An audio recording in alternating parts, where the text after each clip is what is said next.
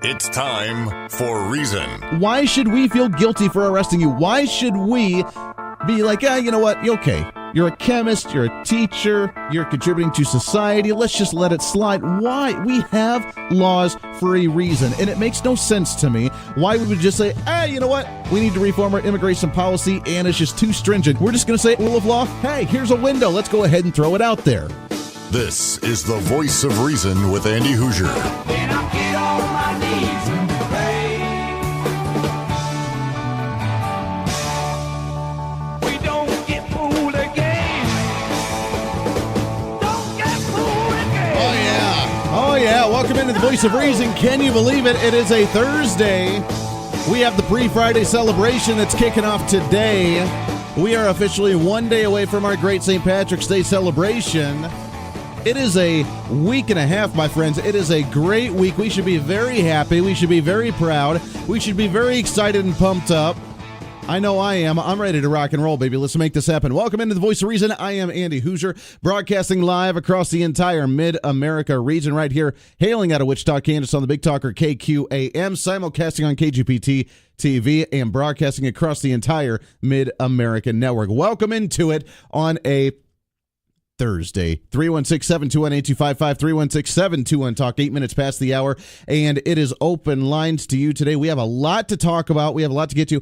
I have to admit, not only are we already the most patriotic show on radio here, just because of the fact that we love the flag, we are very patriotic. We understand nationalism is a good thing. We understand patriotism is a very good thing. We understand these, but we're also the most optimistic show. We really are. We've said this before, but conservative talk radio needs to learn to evolve and adapt a little bit. Since the formation, really, of national talk radio, especially with Rush Limbaugh back in the late 80s when he really got this brand up and going and he made it happen with the commentary, with the political opinions, with that sort of thing, we have been more on the critique side and the criticism and the complaining and talking about the issues that are wrong, which is nothing wrong with that because we need to figure out what the issues are so we can address them. But we need to always have that eternal optimism. And that's why I love doing this, is because I always have that eternal optimism mentality. I know that there's always an option. There's always a way to be able to make things better. There's always another window that's open for us to take advantage of a situation or to be able to fight against progressivism and be able to defend or preserve conservatism, whatever we're fighting that day. There's always a way to do it. Always. It's never a lost cause. It's never a lost battle. It's never the end of the game. It's never just give up and just accept it. There's never going to be that. Ever. But if you listen to some of the talk shows around the country yesterday, good golly, I tell you what, there was some pessimism, there was some negativity for sure about this election that happened in Pennsylvania. And as I mentioned yesterday on the show, that we do not need to worry about that. And Mike Gallagher actually brought up a really good point, too, if you listened to him yesterday. He did mention that this district that the Democrats had won is actually about to be, with the gerrymandering, with the redistricting that's going to be happening in Pennsylvania the next year or two, that actually it's going to be split up into two districts, and potentially each one of these candidates, the Republican and the Democrat, could be getting in there. So this really means nothing, on top of the fact of the argument that I made yesterday is just nobody showed up. Nobody showed up for it. We had 113,000-ish for each candidate that actually showed up for it. And in the last election, when it was uncontested for the Republican, almost 300 showed up. And the last election, when there was an actual Republican and Democrat back in 2012, then the Democrat itself got 120,000, while the Republican had close to 230,000. There were massive amounts of people showing up for that. It was a very low turnout rate, and it means absolutely nothing. But the media, as we called and as we claimed, would pounce all over this because they wanted the opportunity to be able to show the Republicans are crumbling, that Donald Trumpism is actually collapsing, and that you and I are fed up with the status quo and ready for that change to bring Democrats back into the mainstream. Let me ask you something. Does Nancy Pelosi sound like a great Speaker of the House right now? Does Harry Reid sound like a great Senate Majority Leader right now?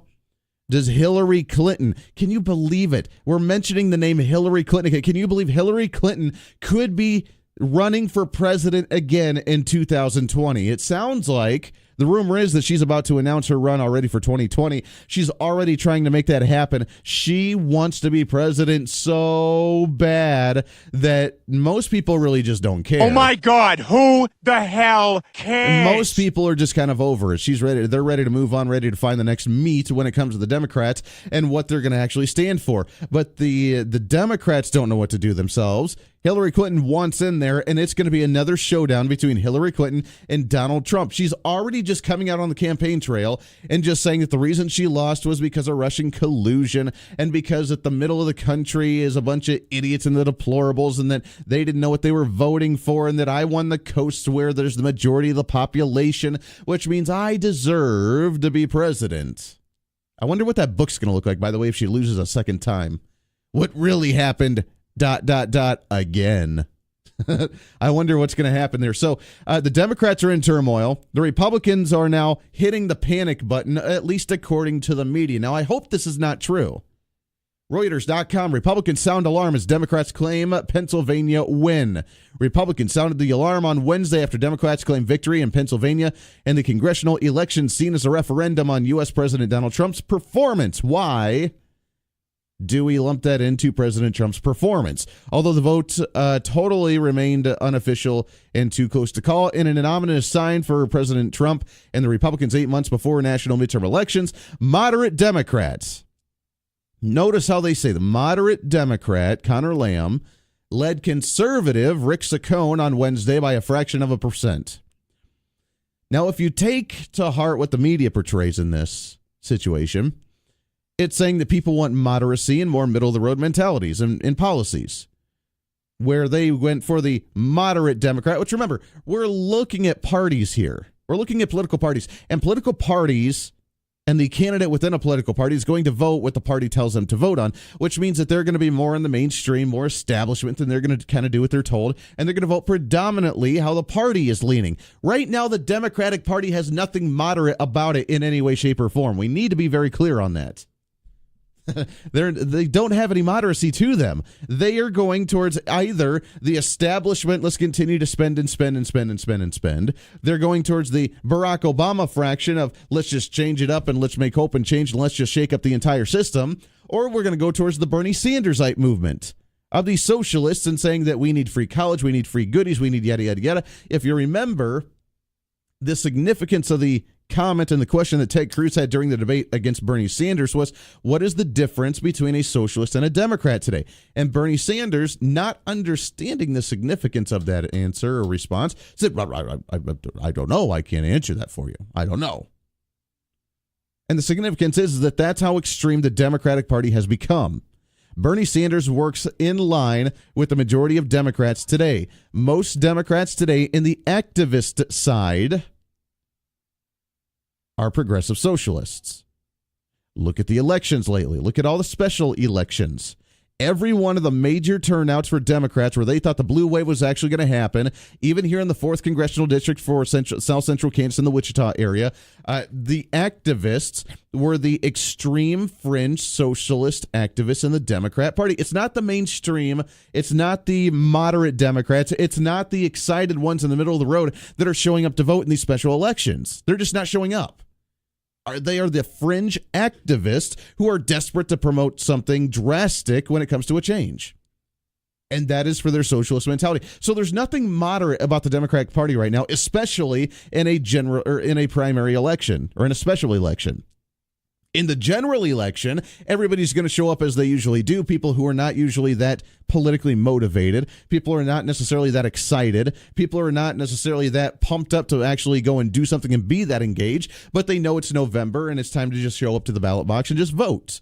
And it's the everyday Joe Schmoes that actually just show up that are not politically engaged on a daily basis. Those are the ones that show up on general elections, and that's when Republicans predominantly do a better job because we're not that excited to be politically engaged for the most part on a daily basis. That's why we still kind of win sort of things, but we just show up en masse on election day. We don't rally because we actually work. We actually show up every day to work, and when there is a rally being held in the middle of the day, sorry, I can't go. I have to pay my bills. I can't lose out on those couple hours to go to a rally. That's why we're not as, quote-unquote, active as the progressives. And when we think of activism, then you think of progressives. For example, like the schools that marched out yesterday, which we will talk about because I have officially claimed that as hashtag Temper Tantrum Wednesday. And that's really what that was yesterday. We'll talk about that a little bit later and get your thoughts on it. But it's unfortunate that we don't have the opportunity to make our voice heard as nearly as much as we would like to as compared to the other side because we don't have the opportunity to do so. So when they try and start using the fact that there's a moderate Democrat that actually won. First off, that's not the case because he's not a moderate. He's a progressive. And a conservative ended up losing. They're going to use the mentality now that not only did the moderate Democrat win, but the fringe conservative who supports Donald Trump lost. And therefore, conservative values are on the dying end, right? And that's just not the case. It's solely based on the fact that just there was a very small Republican turnout, as is historically accurate with any other special election that's not in November, because Republicans have other things to do and politics is not always on their mind. It's about working. It's about trying to go to the store. It's about taking care of the family. It's about trying to figure out how to put food on the table. It's about trying to work on that project because you're the ones actually sunk headfirst in to your job on a daily basis. So conservatism, moderate Republicanism, whatever the case was for this Rick Saccone when it came to Pennsylvania, it had nothing to do with that. It was solely based on the fact of the turnout and the excitement or lack thereof of the Republicans and the extreme activist excited ones from the Democrats that showed up, showing that he's not a moderate but an actual progressive. You're listening to the Voice of Reason on the Mid-America Network.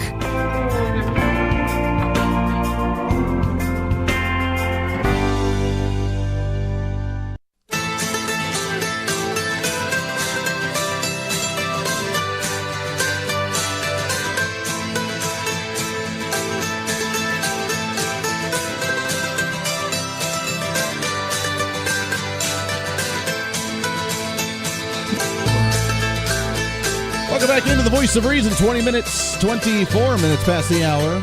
Great to have you along today. It is a Thursday, the pre-Friday celebration, making it happen. By the way, tomorrow is our St. Patrick's Day celebration right here on the Voice of Reason. If you're watching, by the way, TV on KGPT TV, if you're watching the Facebook Live, I am sporting my beginning of the green wearing today. Oh, I have many green shirts, and this one is one of my favorites, of course, the notorious Conor McGregor. And, we got to represent today. So it is the 2-day celebration that we're actually 3 days in total since St. Patrick's Day is actually on Saturday. But the 2-day celebration on the air as today we're beginning to wear the green. Just wait for tomorrow. This is not the other guys in the studio were like, oh, you're starting the celebration early. No, this isn't even anything yet. Just get ready for tomorrow. If you remember last year, that's kind of what we're going to be going for again tomorrow. So if you've never seen that, please be prepared for that. 316-721-8255, 316-721-TALK. Ladies and gentlemen, the war is never over. The battle is never won. But yet if we continue to be resilient, if we continue to be strong, if we fight, if we always see an opportunity to move forward, then it's totally worth it.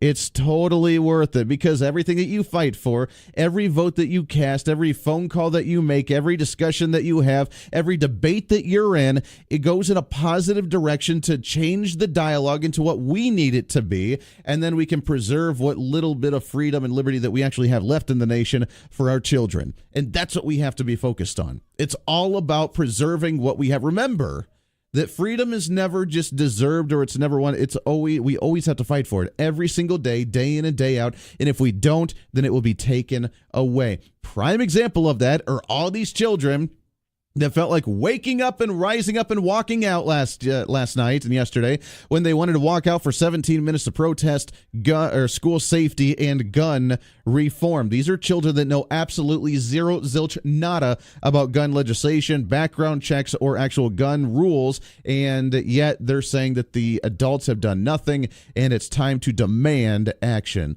throwing the temper tantrum and demanding action because we want something done and we want it done right now. It's a very interesting situation to be in, and people, even adults, that are supporting it and calling it courageous. We'll talk about that a little bit later, but when we talk about the positiveness in politics, the media will never, ever, ever give us positive messages from the side of the conservatives, because when we lose, then it's because our ideas lost. When we won, then it was just a gimmick, and, well, you know what, you just rigged the system anyways. That's what we're going to be taught day in and day out for every election from now until November, and even on the election day in November. 316-728-8255. Let's go to the phone, shall we? Line number 1. Good morning. What's your name? My name is Eddie. Hey, good morning, Eddie. How are you today? I'm fine. Good. You know, do you think that how in the world are we going to get Donald Trump to be a kinder and gentler person and not be so just a total jerk at times? And I would like to see, I know you're not going to agree with this, but that's okay. That's all right. I would like to see Donald Trump not run the second term, and I'd like to see an individual with the same ideas as Donald Trump run, but a little bit calmer. Be a kind. Yes, because I'm afraid that he's going to be tuning out, I will say, good, decent people, because they just can't stand the guy. Now, my personal opinion of Donald Trump is, hey, I'll tell you what, when he finishes his term, I just hope he just rides off into the sunset, because I don't want anything to do with the guy. Well, to be quite honest with you. Well, that's true. Now, he's already announced that he's going to run in 2020. I mean, he's already been doing the benefit campaign dinners. He's already announced his campaign manager for 2020. So he's already going to be running for a second term.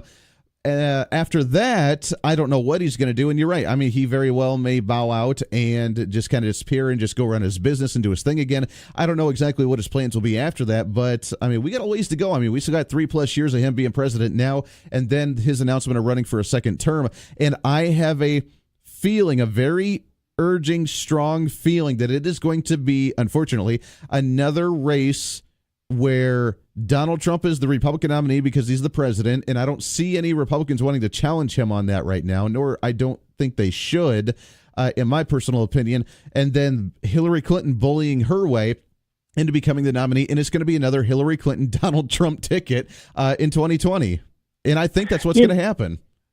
You know, and as far as this porn, Andy, his sex life 12 years ago, I could care nothing about, right, just as long as it doesn't involve farm animals, okay? Farm animals or little children. I mean, after that, we really don't care. It's his own business. I could care less. Honestly, I could care less, because this day and age,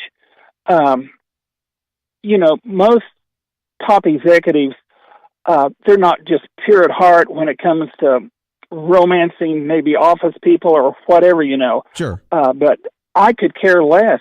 Now, as far as Hillary Clinton goes, I mean, my wife is the nicest and kindest person in the whole world, and she has nothing bad to say about a soul. But she absolutely cannot stand Hillary Clinton, and she says that although she doesn't like Donald Trump that much, she doesn't care who gets elected except Hillary Clinton. Except that period. Hillary Clinton. Yeah. No, well, Hillary wouldn't like that very much. How dare those women to actually support someone like Donald Trump instead of someone like her, Hillary Clinton, who is the savior of women. Eddie, I appreciate the call, my friend. You're right. I mean, I guarantee you she's going to try and bully her way. If she really wants to win the election or win the nomination again, she will bully her way in the way she did by ousting Bernie Sanders in the primaries last time, and she will get the nomination again. We will see another Donald Trump, Hillary Clinton ticket in 2020. That would be kind of interesting to see.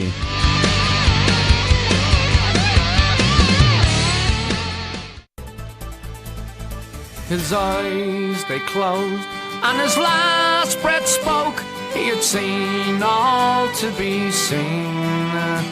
A life once full, now an empty vase, with the blossoms on his early grave. Andy never shies away from a fight. Just you try it. Oh, I'll try it. Just you try it. You'll feel it when I try it. I'd like to see you have at it. Would you now? And now's your chance to jump in the ring. Are you insane?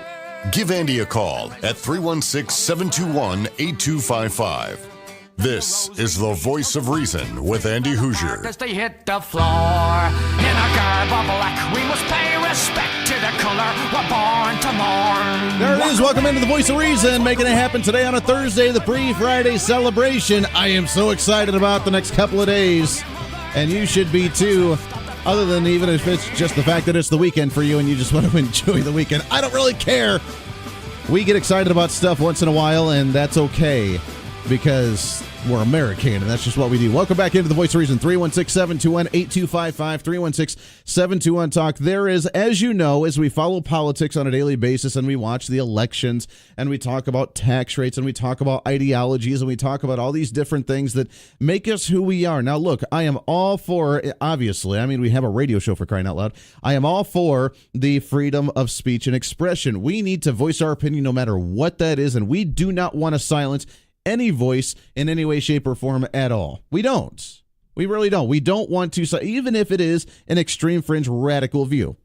Now, the progressives, on the other hand, if they do not like what you're saying, then they want to silence you. They love freedom of speech until it oppresses them or it makes them feel uncomfortable and it makes them very scared. And then we have to, of course, have the safe spaces. And that's not what we're all about. There's a difference, though, between voicing that opinion because that's your opinion, you have the right to do that, and actually advocating for something in the political realm that is unconstitutional and un-American. And I say that with all the love in the world. When we're unpatriotic and we're un-American, when we see individuals that are kneeling for the flag, when we see individuals that are trashing the United States, that are apologizing for the United States, when we are wanting to completely change the dynamic of the United States. Look, we are a unique nation, and we haven't done this in a while, and this is why we are the most patriotic radio show in the entire country. I will lay that down, and I will compete against anybody else in the entire nation, even nationally syndicated, because we are the most patriotic show, because we understand what nationalism actually is, what patriotism actually is, and the true context of what nationalism actually is, and why we are nationalists. Not white nationalists, not white supremacists, not racists, not slave owners, not bigots. We are nationalists. We understand what nationalism is, and we are proud of being nationalists because we love the stars and bars. We love, not the stars and bars of the Confederate, but we love the American flag. We love the stars and stripes. We love waving ourselves in patriotism, wrapping ourselves up in it. And it's not the support of the government.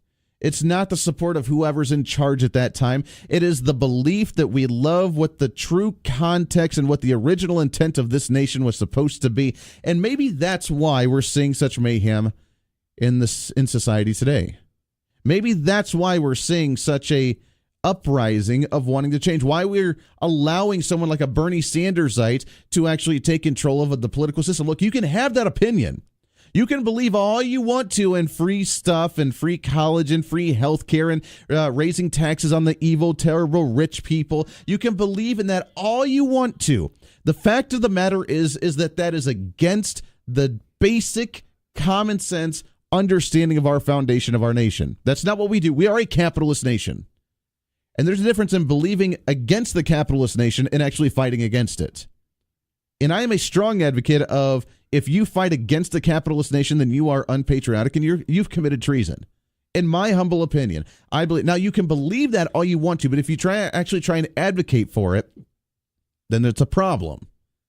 You can believe in Bernie Sandersite-ism all you want, but to actually try and implement it is a very dangerous thing. There are plenty of other nations around the world that actually do that on a daily basis, that love to create this happy little nation where everybody's content. They get all their free goodies. They get their government income every single week. They get their nice little free health care. They get their nice social programs. And then they go to work and they get 6 months out of the year for vacation time. And they get all these different goodies and perks. And if you want that, there are other nations that show that it works. Be happy.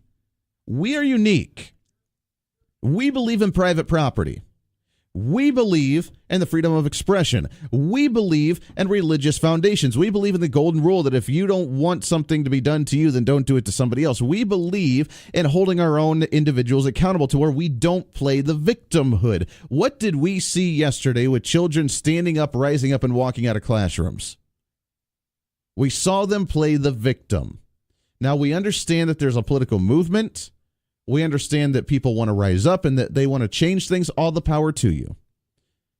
But the message is what's important. And we're going to talk a little bit more about this in hour number 2. I just want to tease it right now because I think the reason we're seeing these uprisings from the students, from certain political organizations, certain individuals, certain groups, is because we don't understand what nationalism is anymore. We don't understand what patriotism is anymore. And I know people, they get scared when they hear this word nationalism. And I don't understand why that we get scared to hear the word nationalism, because then you think of something like Hitler and you think of this fascist nation where everybody's under the flag, and if you're not under the flag, then you're treasonous, and that we're gonna strip you down, and we're gonna tar and feather you and run you out of town. And that's not the case. Nationalism is understanding that we're so proud of our nation that we are the best nation on the face of the earth, and we will defend that to the core, and I strongly believe that. Look, I'm actually, it's appropriate today because I wore a t-shirt today with my green for the St. Patrick's Day, but if you're watching, the one tattoo that I have, the one tattoo is an American flag, and it actually looks like it's engraved into the skin. It looks like that the skin's torn and the flag's waving behind it and everything, is because the one, when people get their tattoos, it's something that's important to them. One of the most important things to me is my country, is what we believe in as a nation, is the idea of individualism, is the idea that you have the right to protect yourself. When we talk about this movement right now with the school safety, what's been the main focus has been gun reform, has been banning the assault rifle, has been banning these weapons of war, all these stupid talking points that mean absolutely nothing. When we should be focused on the priority that is actually, oh, wait a second, maybe we need to defend ourselves. We have the right to life, liberty, and property. Life, liberty, and the pursuit of happiness, to where we get to protect our life and the life of our children. And if that's me carrying around a gun everywhere I go to keep a threat away from my child at all times, then I have the right to do that. Because of nationalism, that allows me to do that. When you start saying, well, we need free college. No, we don't. We almost have free college because we have subsidized student loans through the federal government, but that's besides the point. We don't need it. We can't do that. It's not only completely financially absurd and irresponsible, it's unconstitutional. What about the general welfare clause? General welfare has nothing to do with free college or free health care in any way, shape, or form. We need to get back to the understanding of our founding, and that's maybe why these students are rising up, because they don't understand that we're not having a civics lesson in school anymore. We're not learning about the real history of our nation anymore. We're not learning about the importance of the uniqueness of this nation. They always say how we're behind the times because every other nation on the face of the earth is understanding this, where they're going towards a socialist healthcare system. They're giving more maternity leave. They're giving better benefits. They're giving more vacation time. They're giving a government check every month along with you working, and if you can just have a government income, then it would be fantastic, a standard income for everybody across the board. And every nation's doing it. Why aren't we getting on board? Every other nation's starting to loosen up their girdle when it comes to drug law enforcement. Every other nation's starting to go after the evil corporations. Every other nation's starting to go against those rich people. Why are we the ones that are sitting here with our guns, clinging to our guns and Bibles, and wanting to be the wild, wild west with the shootouts at high noon? First off, that's not the case. Second off, the reason that we're different from everybody else is because we are the most unique nation on the face of the earth, and we will not change that. We had founders that understood exactly what tyranny was. And even though it may not look like tyranny, and some people may be content in tyranny because they'd rather be happily sitting on their knees as opposed to fighting to stand up on their feet, that's not who we are. We're the ones that came across the sea and said, you know what? You put a 2% sales tax on us. It's absurd. You started to ban our firearms. It's absurd. You started to take our rights away and tell us that we're not allowed to make our own decisions. No, it ain't going to happen. Sorry, we're going to do our own thing. Goodbye. And yeah, we've gone through growing pains. Yeah, we've gone through the issues. Yeah, we've made mistakes. But we need a civics class nowadays in our schools to teach the brilliance of our founding fathers, not the fact that they were just a bunch of property owners that owned slaves. We need to teach what they were actually fighting against so that way we don't make the same mistake again, at which we're starting to go down that road. We need to teach personal responsibility and self-independence so that way we don't see people rising up and saying that you have not done anything for us, you're not acting, and we demand action now because we want you to take care of us. I don't want to hear that talking point. I don't want to hear that rallying cry. I don't want to hear that because that's not who we are. We're the ones that say, don't worry about it. We got this. We're going to put it in our own hands. I was in a discussion over on social media yesterday about that, and someone had mentioned about the weapons of war, and we need to get weapons of war off the streets, and having more guns out in the streets is not going to be great because then we're going to see the shootings at high noon, and that's not the case. Giving teachers the opportunity to carry guns if they so choose so is not the case. We're not going to see. There was a story yesterday floating around about a teacher that accidentally discharged a weapon in the classroom and ended up injuring a student. And if you actually understood the story, from what I understand, was that it was a gun safety class to where the individual made a mistake in it discharged. But they said the gun was pointed up in the air. Okay, why was it pointed up in the air? He was using it. If it's a teacher in an English class or a math class or a history class, it's going to be either on their hip or it's going to be in a enclosed, locked drawer, and it's not going to be going anywhere. It's not going to discharge, and people actually have common sense on what to do and what not to do with their firearms. But we don't want to talk about that. We need to talk about the scary shootings at high noon. We're going to talk about the scary people with lots of guns. When we don't understand the founding of this nation and what the importance is, I am a nationalist. I'm a patriot. I love this country more than anything else in the world. And yes, it may be an ongoing battle. We'll continue to fight this the rest of our lives. But it's totally worth it, ain't it? And when we see legislation get passed, when we see something positive happen, then that's something we can be proud of. We can take a breath and we say we did it for the future generations. We did it for us. We did it for our children. And we're preserving what's right. Individual sovereignty. Not the government taking care of us like a nanny state. Not demanding the government to take action, but we did it ourselves. Because historically, that's the way every American has been, and we've lost sight of that. And if we understood that, maybe, just maybe, we wouldn't see some of the issues we see today. The Voice of Reason with Andy Hoosier on the Mid-America Network.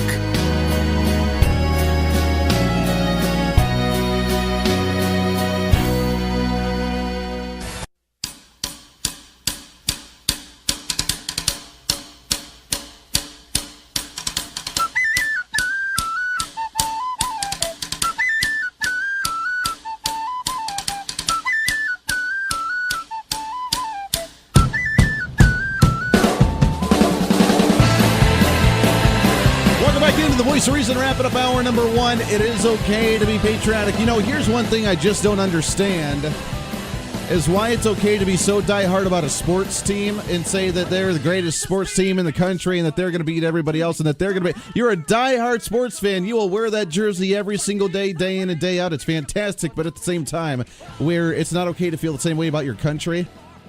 It's not okay to feel the same way about the nation. Say the United States is the greatest nation on the face of the earth. No one even comes close to competing with the United States, and I'll challenge anybody else. We're not allowed to say that, but we're allowed to say that to about a sports team. I mean, there's nothing wrong with saying that about a sports team, but really, it's okay to do that when it doesn't really matter, and then not allowed to do it when it really does kind of matter, and be proud of your nation. Kind of an interesting thing, isn't it? Let's go to Rick with the news. And it's time for some good news. Okay, here we go, people.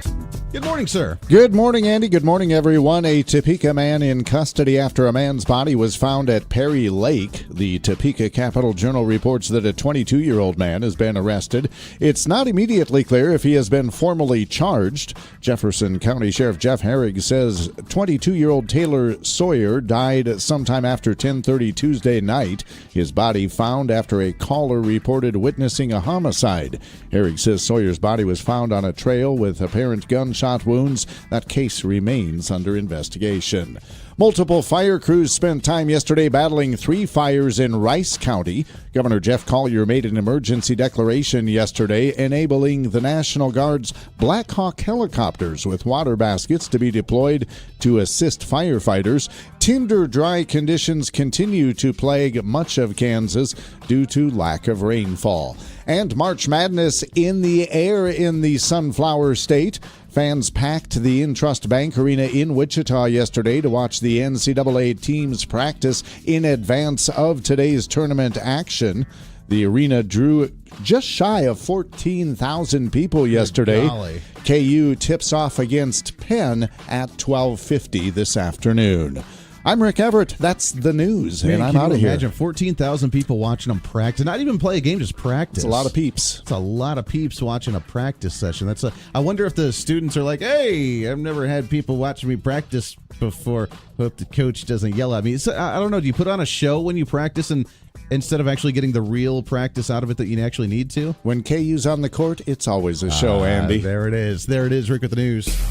And that's the news. Appreciate it very much. I've never, that's kind of fascinating to me. I never thought that the practice session would be something to spectate as much as it was yesterday. And it was big news. If you do follow our sister station over on KGSO, they had the Facebook Live going on with some of the teams. They were taking pictures out there. A lot of our guys out broadcasting from Intrust Bank Arena here in the Wichita area for the NCAA tournament, getting ready for the basketball game starting today. And the practice sessions yesterday and the crowd, the stadium being packed full of people to watch them practice. If you are one of those, then I'd love to hear from you and see how it went. I didn't know practicing was that big of a deal to watch. I mean, you could watch me practice show prep.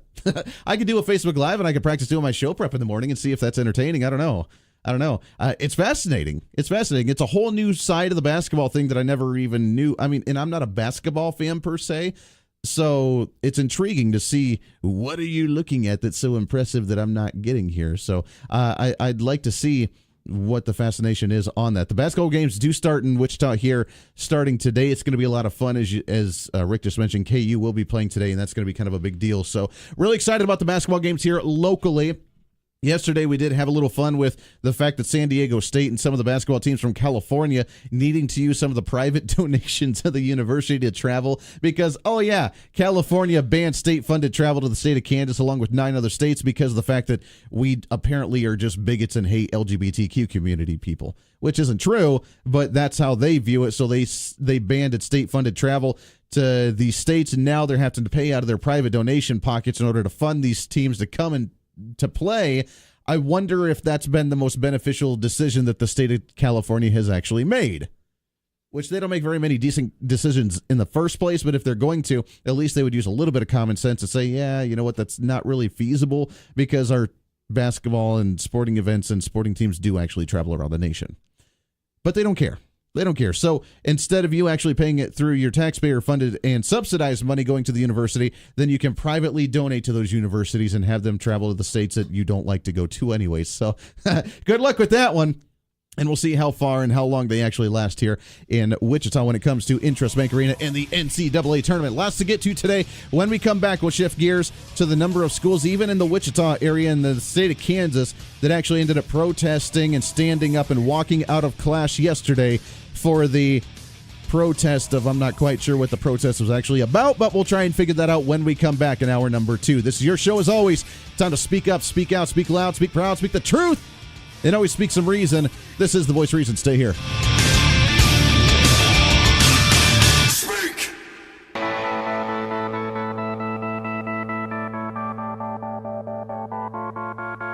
It's time for Reason. Why should we feel guilty for arresting you? Why should we be like, you know what? Okay, you're a chemist, you're a teacher, you're contributing to society. Let's just let it slide. Why? We have laws for a reason, and it makes no sense to me why we would just say, you know what? We need to reform our immigration policy, and it's just too stringent. We're just going to say, rule of law, hey, here's a window. Let's go ahead and throw it out there. This is The Voice of Reason with Andy Hoosier. Then I'll get on my knees and pray. We don't get fooled again. Don't get fooled again.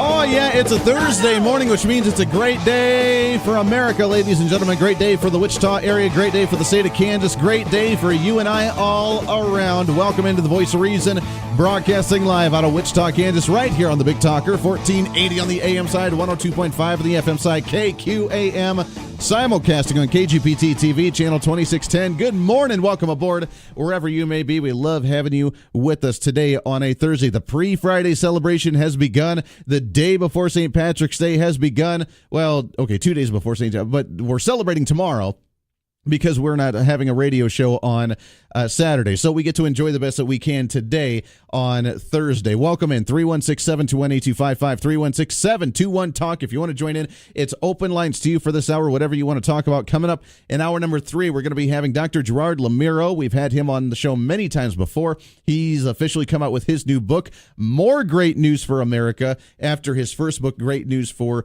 America, just about a year or so ago, right? Leading up to the election, actually. So we'll have Dr. Gerard Lamiero coming on the show in an hour from now. 9 minutes past the hour, and I want to hear from you. We do have the Facebook Live feed up and rolling. Like it, share it. We have a lot of people tuning in this morning, which we love and appreciate very much. Thank you for doing that. Leave a comment, say good morning. I love seeing that. Or just like it and share it onto your own page. Let's spread the word. Let's make this happen. I'm going to classify yesterday, and I know this is going to be an unpopular statement to make. That's okay. I want to have the discussion. First off, I love activism. You know that. I know that. We love activism. We love political engagement. We love standing up for our views. However, if you're going to stand up for something and start a movement, you have to understand the issue before you stand up to change that. Wouldn't that make sense? I mean, if you want to change something, you have to actually understand it first before you actually want to change it. That would be the appropriate thing to do. The march we saw yesterday and the students walking out was nothing more than the hashtag Temper Tantrum Wednesday. I love activism. I really love the fact that students want to be engaged. I really love the fact that young adults actually want to be engaged and they want to be active. What are they protesting? What are they and that's the question. What are they standing up and what are they protesting? They stood up to fight for school safety. Okay.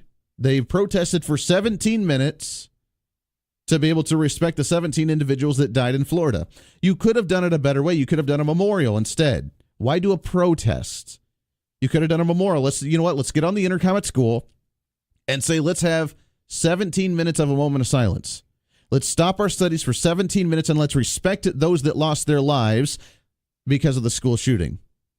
Cool. You know what? You're thinking. You're doing something great. You're making a difference. You're making a change. You're making the students respect and think about and understand the significance of life, understand the significance of being happy in the school, understanding the significance of actually taking care of one another and actually protecting ourselves in that sense of making the community a better place because we're thinking about somebody else other than ourselves. We put the phone down for a second. We're not Snapchatting. We're not taking a selfie, but we're actually thinking about somebody else for 17 minutes. That would have been ideal, fantastic, and wonderful, but that's not what happened. It was a national movement of schools all across the nation where some administrations actually promoted it, some actually did not.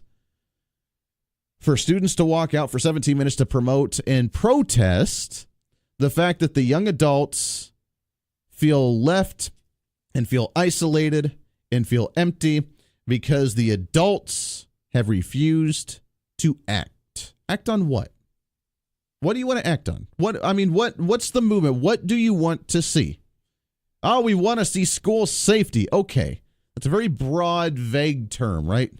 Right now we have legislation going in Kansas to where we're looking at trying to add gun programs into the schools, like the Eddie Eagle program, to where if you see a gun to run and tell an adult.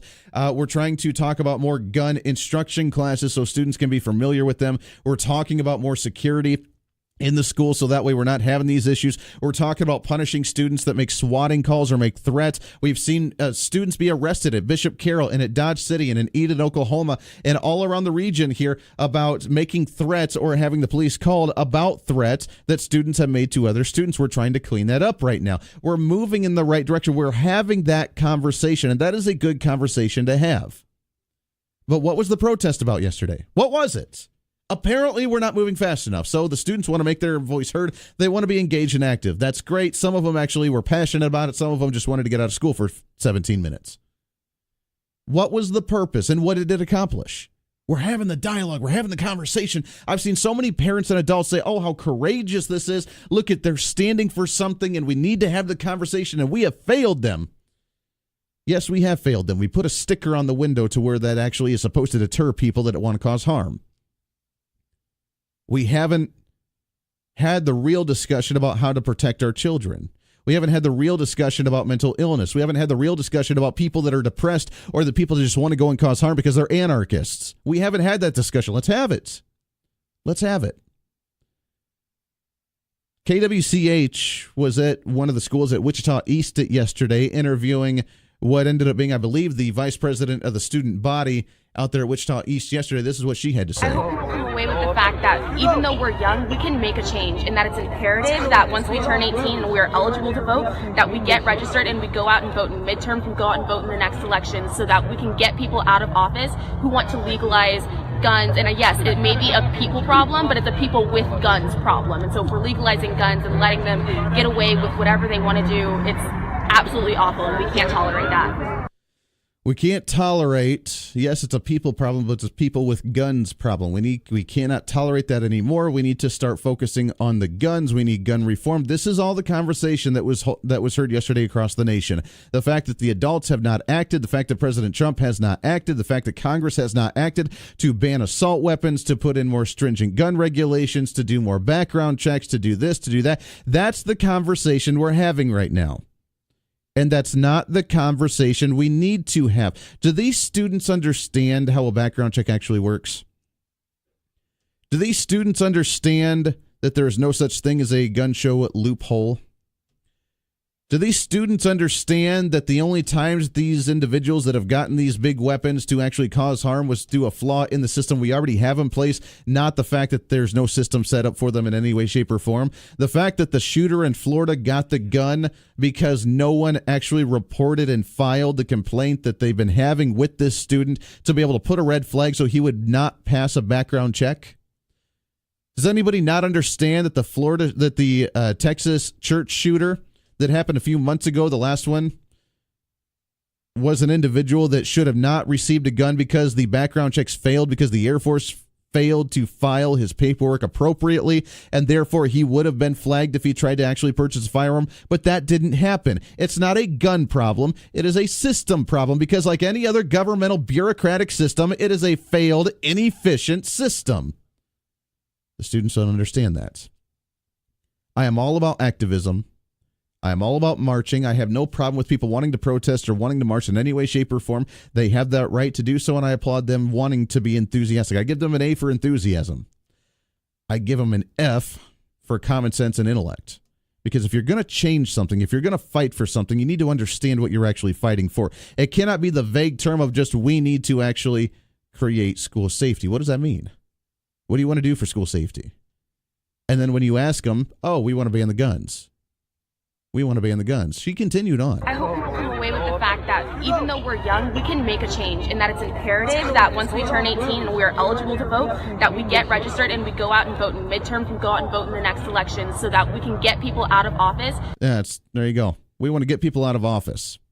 We want to get people out. We're going to vote. We are going to be the voters. We're going to be registering to vote. We're going to be voting, so you better start pandering to us because we're entitled in that sense. Do it yourself. Why are we looking to the government for our solutions? That's the first question I have. Why are we looking to the government for solutions? Why are we looking towards the government to say, fix our problems for us, when we used to be, as I mentioned in the first hour, we used to be a nation of just doing it ourselves? You know what? We have a local community right here that really cares about the community that we live in. The Wichita area, the South Central Kansas area, all the surrounding little towns, all the surrounding rural communities. We care about our own community ourselves. We really do. The question is, are we going to allow our local community to fix it as opposed to demanding for the government to actually fix it for us? They failed us. No, I'm not. The consequences for me of not being out here would be way more significant, because being out here is showing that we care about something, and yes, I care about school as well. It's very, very important, but our lives are more important, quite frankly. That was the question of, do you actually regret coming out missing class? No, we don't. Our lives are more important, and we need to change it. We need to make our voice heard. That's great. But what are you fighting for? And apparently when I made that comment on social media, it wasn't very popular because it should be very courageous for students to stand up and have the conversation. That's great. But again, I ask, what are they fighting for? And do we have an actual purpose for the movement? Or is it just a protest, which has been 99% of the protests that we've seen in the country for the last decade, of protesting just for the sake of protesting without an actual defined movement of what it actually is. For example, let's take a look at the kneeling of the national anthem in the NFL. What was the purpose of it? It started off saying that, well, we're going to recognize that there are oppressors in the nation for minority groups. Okay. Then it turned into, well, we hate the nation because they've been oppressing people for a really long time. Okay. Then it's, well, we have the right to do so and we don't like the country anyway. So therefore they didn't have a solid motive. We need to understand that there is an actual clear message of what we're protesting before we do a protest just for the sake of. I know people want to feel important when they go out and they hold a sign and they're chanting and they're rallying at the side of the street. Great. But are you actually doing anything productive to actually make a difference? And with this, I really haven't seen it. Your thoughts on this? 316-721-8255, 316-721, talk. Let's go to line number 1. Good morning. What's your name? This is Gary. Hey, good morning, Gary. How are you? Oh, I'm doing fine, Andy. Hey, they're making it all about the gun, and of course, and just a couple points I'd like to make. It's what's behind the gun. It's either mental illness or just outright sin, or maybe a combination of both. Mm-hmm. And if the media, they're part of this solution too. I mean, because these killers, I'm convinced, have seen this on TV, and that's where they're getting their idea that I can be famous too and go out in a blaze of glory, and I'll have my 15 seconds of fame. Sure. That's true. I mean, you get the media's perspective. I mean, you see the media talking about it for weeks on end, months on end, including talk shows like this. And we're talking about a shooter. And hey, you know what? Yeah, I want my 15 minutes of fame, and I'm not going to be around to see it, but at least I'm going to go down in history because no one pays attention to me today anyway. So therefore, if I do something like this, at least someone will talk about me for a little bit. Yeah. And, this last school shooting, my heavens, weren't all the safeguards in place? They just were... They failed. The security guard ran out and sat in his car until the police showed up. He didn't do anything about it. He had a gun for himself to neutralize the situation and to equalize and change the statistics of who could be potentially threatened here, either the students or the shooter. And he ended up choosing and opting out to run away and give the shooter a 100% opportunity to do whatever he will because no one actually threatened him. Yeah. Well, and the other thing, it seems like the students are demanding that this will never happen again. Well, you can. That's not going to happen. It will happen again. Maybe not on a grand scale, but you cannot wipe out evil intentions of people. It's never going to happen. And especially when, and I appreciate the call, Gary. I want to slip in somebody else here before we take a break, but you're absolutely right. We're focusing on the wrong thing. Look, the gun, a tool, an object, an inanimate object is not the problem in any way, shape, or form. Maybe instead of protesting and going outside and protesting for school safety, maybe you went and talked to the geek that's sitting in the corner that no one ever talks to because he's not a popular individual or she's not a popular individual. Maybe you go and hang out with them so that way someday they don't get upset that they're not popular and they snap and they come back with a gun and shoot everybody.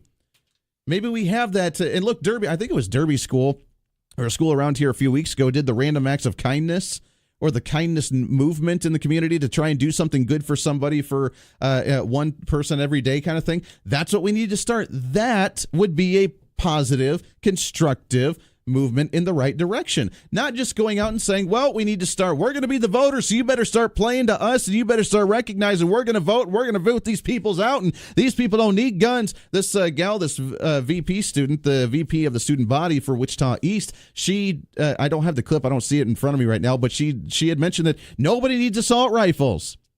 We need to start doing the major gun reforms. Nobody needs assault rifles. What do you need that for? We don't need AR-15s. We don't need that. That was the weapon of war. Where did this term come from, by the way? Weapon of war.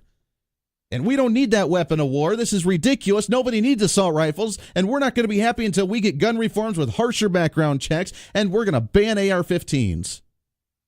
That's the discussion that we're having. That's the productive movement that the students have right now. Maybe if we educate a little bit on the topic before you go out and protest, then we can have a different conversation. Let's go back to the phone, shall we? Good morning. What's your name? Mike. Hey, good morning, Mike. How are you? I'm good. Hey, one thing I'm doing in my community, there's a little boy in Townsville, South Carolina that died in a school shooting named Jacob Hall. He was 6-year-old. He was hitting the femoral artery. He bled out, and he died 3 days later from blood loss and blood complications. Oh, my gosh. There's a fire department down in South Carolina that started these things called Jacob Kits. And what that is to get these trauma kits into the schools, into the classrooms, training the teachers, training the administrators, where there's somebody there that can administer immediate aid. Sure. So in my district, in my school district, I've already talked to the school board. I've already talked to the local police chief, the EMS, he's the same person. I've talked to our state representative. And I'm pushing. It's probably going to cost me about $15,000 or $20,000 trying to find the funding to get these kits into my schools. But that's what I'm doing, and I'm going to bulldog it until I can get these kits in there.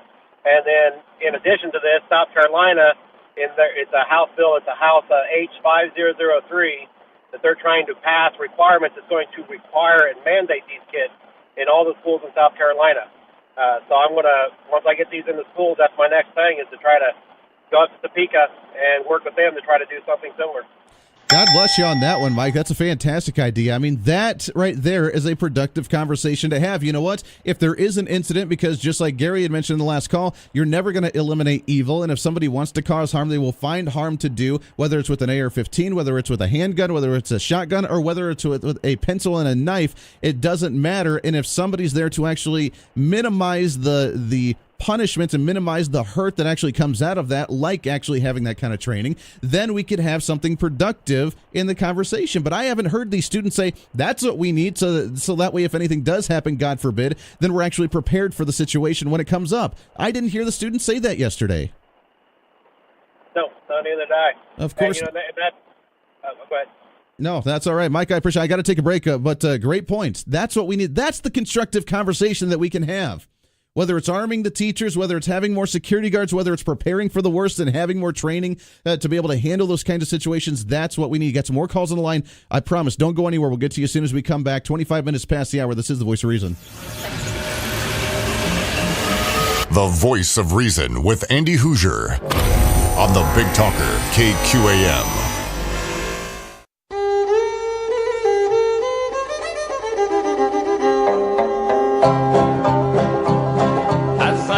Going over the far-famed Kerry Mountains, I met with Captain Farrell. Well, we went a little long in that last segment. I appreciate all the phone calls. We got some more. Stay on the line. Don't go anywhere. We'll get to you after the bottom of the hour break. Over the break, I want you to think about the real conversation that we can be having and how we can start shifting the conversation away from the guns and actually onto a more realistic, a more reasonable, a more common sense approach to actually fixing these issues. So I want to get your thoughts on that when we come back, both online or on the phone calls. I want to hear from you. 316-721-8255. Plus, I want to tell you a story.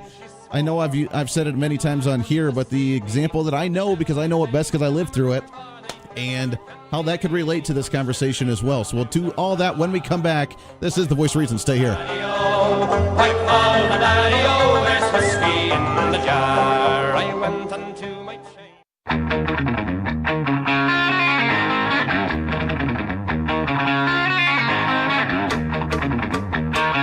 What it takes two to read the news. I'm trying to warn everybody and nobody takes me serial. You're in the wrong place.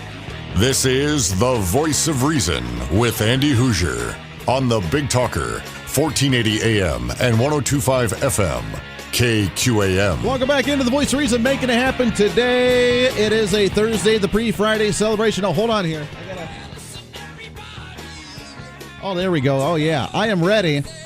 As the tournaments get underway today, you do have a couple hours left, by the way, if you do want to fill out your bracket, the KQAM KGSO bracket. It is up and ready for you today at 11 o'clock is the deadline. They're going to start pulling it off their shelves from all of our participating sponsors. And if you have not done so yet, do it. Just go and get it. Fill it out. It's going to be fun. Your chance to win $250 from Tad's Locker Room, and you can swing by any of our participating sponsors, including Tad's Locker Room, Heartland Avionics, Hatman Jacks, Continental Truck Accessories, Jewelry Savers, Heartland Bicycle, Cholitas Mexican Restaurant, Auto Tech Service and Audio, Best Friends Pet Clinic, J&G, Flooring and Cabinets, Candace Body Works, Kent and Roxy Spectacle Shop, Trailers and more, PJ Sports Bar and Grill, Maximum Outdoor Equipment, Toppers Plus, Phil's Coins, Davis Liquor Outlet, Design One Upholstery, China's Bar and Grill in Cheney, the Bill Mull Allstate Insurance Agency, Dr. Warren and Fiegel Optometry, and Autocraft Collision Repair. All of them do have the brackets. They have them until about 11 o'clock today, so you got a few hours left on your way to work. Stop by, swing by one of our participating sponsors, fill out the bracket, and get your chance to win $250 from Tad's Locker Room. I have mine here, and if you want to mimic it, you're more than welcome to do so because you know it's going to be the winning bracket. Right here, baby. That's it. So we appreciate all of our sponsors partnering up with us on that, making it happen, and have a little fun when it comes to the basketball tournament. 316-721-8255. There was a tweet from an individual here, I don't know if in the Wichita area or not, I don't think so, that said, I'm not American, but we live here, and my 3-year-old my 3 kids go to school here. They've all made posters for the school walkout day. So the parents actually encouraging this, by the way. Oh, sorry, don't get educated. Go out and go protest outside the school. Saw lots of other kids walking to the 3 nearby schools with posters as well. Elementary, middle school, and high school students. Hashtag enough. And he posted a picture of the signs, one of them being Donald J. Trump report card. This is from his 10-year-old, by the way, because I commented on this, and I said, wow, how does Donald Trump have anything to do with this conversation with the mass shooting? And, of course, he's like, oh, she was 10 and she made up her own mind. Yeah, I'm sure. She made up her own mind on actually how to judge Donald Trump. Donald Trump report card. Citizen safety, F-. Gun control, F-. School safety, F-. Behavior, F-. Hashtag enough. A 10-year-old child that has decided on her own will, her own decision on what she feels about Donald J. Trump, and no help from the parents or from what they watch on TV or anything of any way, shape, or form, was her big poster of the Donald Trump report card on citizen safety, gun control, school safety, and behavior. You're telling me that the students that are rising up right now, you're telling me that the students are out protesting, the ones that are wanting to talk about the dialogue of school safety, they're not having any influence from any teachers, from any administrations, from any parents, from any media, from anybody that's telling them what to feel about gun control and how they need to ban AR-15s, ban assault rifles, and how Donald Trump really doesn't care about your students because he's not focusing on wanting to ban all of these, do universal background checks, and be able to make the school safe. And maybe we should put a bigger sticker in the window there, too. That's what our children are protesting with. Now, on the other hand, here in the Wichita area, and one of the listeners that sent this to me, and I appreciate that very much, sent me a picture of their text conversation with his 15-year-old son who did not participate and just said, you know what, I feel fine. I don't feel an outcast or anything. Everything's great. Not that big of a deal to me. I'm just focused on school, and that's really important. Some students choosing not to do so. We thank them for their courage because it's almost more courageous to stand in the school and say, you know what, I'm going to sit here and learn as opposed to go out and do the hashtag temper tantrum Wednesday. Let's go to the phone, shall we? 316-721-8255, live number 1. Good morning. What's your name? Hello. Hello. Hello. How are you? Hi. My name's Jillian, and I am a student at Andover Central. Oh, hi, Jillian. Appreciate it. What do you think of all this? Did you guys have any walkouts yesterday? Yes, we did, and I walked out as well. And I'm a big fan of your show. I'm definitely a conservative. And one thing that I found that was different about our school is that the people who were organizing it were very nonpartisan, and I really appreciated it. And so, kind of what we did was we went out and protested Congress's inaction in regards to school safety. And I know, and I've been listening to your show all morning, so I understand, like, it is kind of vague, but what I think, too, is, like, we all had different ideas on how that should be played. And what I think was kind of the beauty of it was, like, we all kind of came together. As someone who's, like, really strong in her conservative beliefs, but also, like, in her, like, Christian beliefs, and I'm not afraid to speak my mind. Sure. I'm often standing alone in those beliefs, especially in a somewhat liberal school that I go to. And so it was really cool because we all believed like, look, school shootings are bad, and there is a problem. Absolutely. And so, like, let them hear that, and let them hear that. And I don't know, I just found, obviously, it was one of the first times I was a part of anything like this. And I made the point, too, of, like, look, our country was founded on civil activism. You know, it was the founders that said, like, King George, enough. Mm-hmm. Like, we're done with you. And then you go throughout history, and you go through the civil rights movement. And we talked about, like, Birmingham and how, like, that was students. Sure. And how and obviously we're not comparing those two things because civil rights is a much bigger deal than this. Well, you make a good point, though. I mean, you're right. I mean, civil activism and standing up and protesting or making your voice heard is extremely important, and I completely agree with you on that. And I really appreciate the fact that you're showing that there is different conversation happening. I don't know how many of the students that you heard when you walked out there were talking about guns, but if there's a sane voice in there that said, you know what, yeah, we're upset about this, we want to have the discussion, that's what we need to have. The question just is, yeah, where did the conversation go when you were out there? Did you hear students talk about gun control? Did you hear them say that we just want to find ways to make ourselves feel safe, whether it's more security, whether it's teachers with firearms, whether it's the safe bulletproof zones? I mean, what kind of conversation did you hear out there?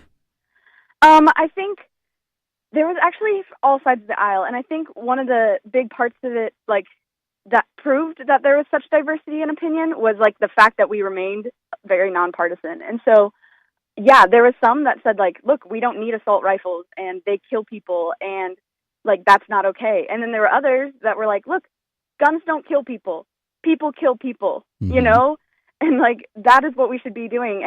And we talked about, like, school psychologists and how, like, they look at test scores and, like, we're not test scores, you know, and we should get them more involved. And we talked about, especially, I was talking with one of my libertarian friends, and he was saying, like, I think one of the issues in schools, like, the only way to solve it is if we just pump money into it. But I believe, like, our government shouldn't be spending a ton of money. And I was like, okay, then maybe Congress should pass laws on where they spend their money, you know? Sure. And, like, there's so many different options than taking away someone's constitutional right. Exactly. You know? And that's heartening. And, you know, and thank you for you standing up on that, because if there is going to be a movement, which, you know, the students, the fact that they are engaged, including yourself and so many others that want to stand up, that want to make their voice heard, that want to do something, because I'm sure you feel frustrated that there seems to be an action, there seems to be a lag when it comes to actually changing something.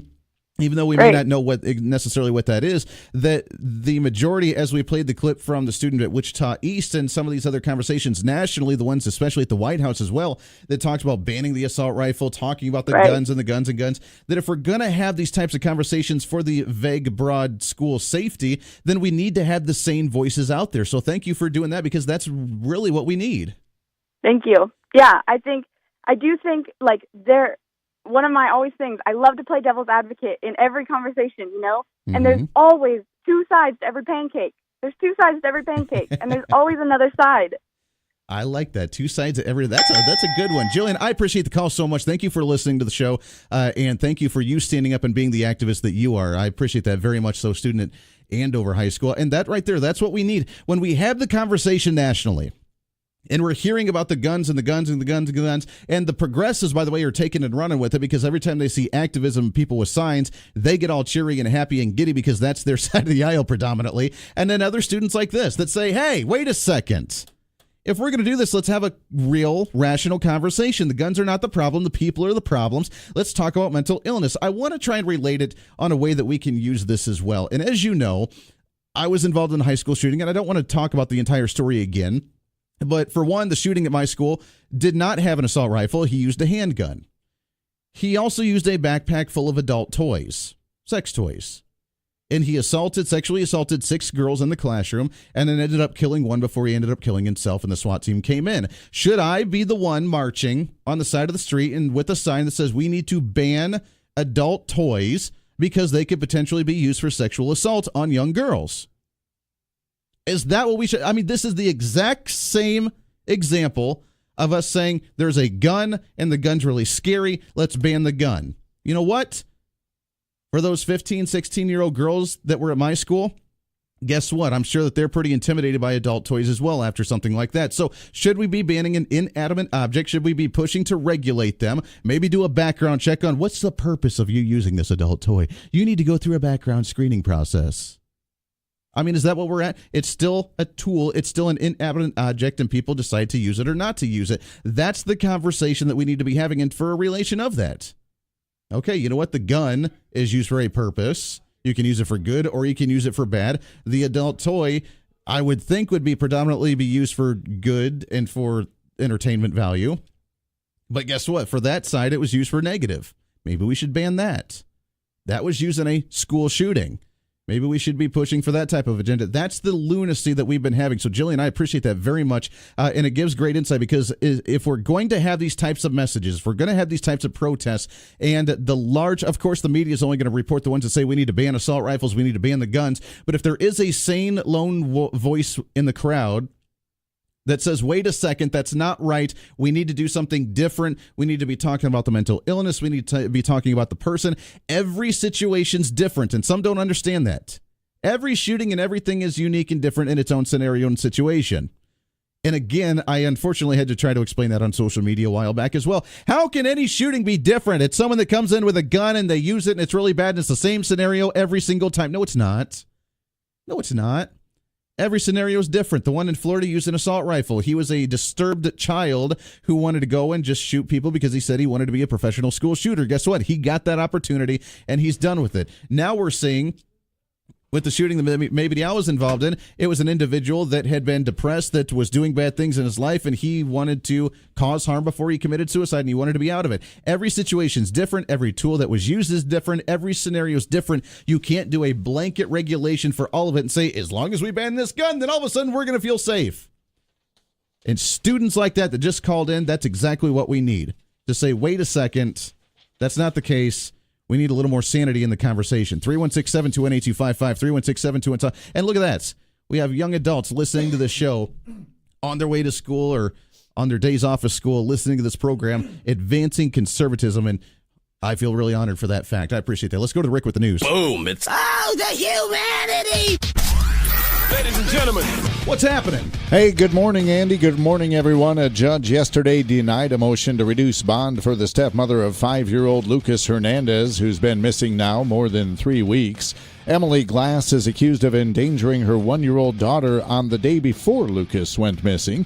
Her attorney argued that a bond of $50,000 does not fit the crime. Prosecutors say it did because she's a flight risk. The judge agreed. Glass remains on a $50,000 bond lodged in the Sedgwick County Jail. I almost said Finney County Jail. I almost had a flashback. Wrong side of the state there. Almost had a flashback there. All right, Wichita Police working with USD 259 Security in investigating a reported threat made toward Wichita Northwest High School.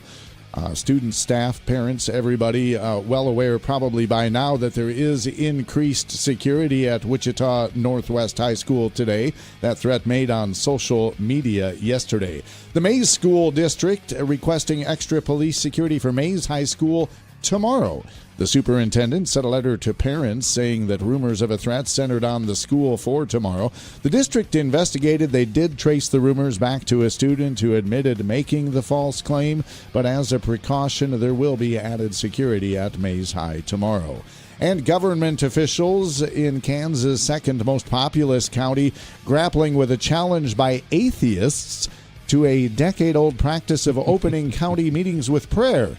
Sedgwick County Commissioner David Unruh said during a public meeting on Tuesday of this week that if they don't believe in God, he doesn't care if they go to hell. Sedgwick County commissioners plan to meet with their attorney behind closed doors in the wake of a letter from the Freedom from Religion Foundation, a national group based in Madison, Wisconsin, that fights for separation of church and state. The Wichita Eagle reports that the foundation has accused Sedgwick County government of violating the Constitution by denying an atheist resident the opportunity to speak during the time the commission sets aside for its opening prayer. Wait a second. Week. So I got to ask this now. I know that's. I got to ask this though. So wait, we're opening it up with a prayer, and they're upset that the atheist doesn't get to speak. What's he going to speak on if he doesn't believe in God? Well, I mean, what does he want to speak on? I believe there's a whole portion of the meeting set aside for what they call public comment. Well, you know what? He can talk all he wants to in that public, because I'm curious to see what he would talk about during the time of giving faith. All right, anyways. Hey, Commissioner Unruh, cheers. Cheers, my friend. That's the way it is. Rick with the news. And that's the news. Appreciate it very much. Got some calls on the line. Don't go anywhere. We'll get to you as soon as we come back. Wrapping up hour number 2 plus hour number 3. Dr. Gerard Lamiero going to be joining us. The latest book of More Great News for America. We'll chat with him when we come back, kicking off the third hour. This is The Voice of Reason. Stay here. This is The Voice of Reason with Andy Hoosier.